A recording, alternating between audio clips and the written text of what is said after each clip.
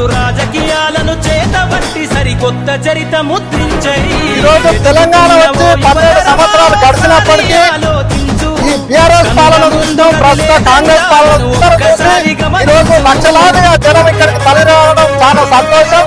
అక్క పోరాట పటిమత అక్క ఏది పట్టుకున్న విజయం సాధించే వరకు విడుదల కాబట్టి ఈ రోజు అందరికీ ఒక భరోసా కలిగి కవితక్క నాయకత్వంలో పనిచేయడానికి పెద్ద ఎత్తున రావడం జరిగింది. మేము మేడ్చల్ కాన్స్టిట్యూన్సీ బోడుపల్లి మరియు గవర్నర్ నుంచి సుమారు 200 మందిని ఇక్కడికి రావడం జరిగింది. అక్కగారి నాయకత్వంలో ఇంకా చాలా మంది పనిచేయడానికి సిద్ధంగా ఉన్నారు. జై తెలంగాణ. మన దేశం యువకులు నడపాలే రాజకీయం, రాసైర కొత్త అధ్యాయం.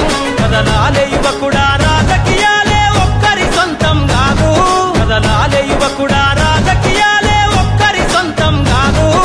ప్రజల క్షేమమై ప్రతి నభూని పరిపాలకుడై ఏలో ఎదుగు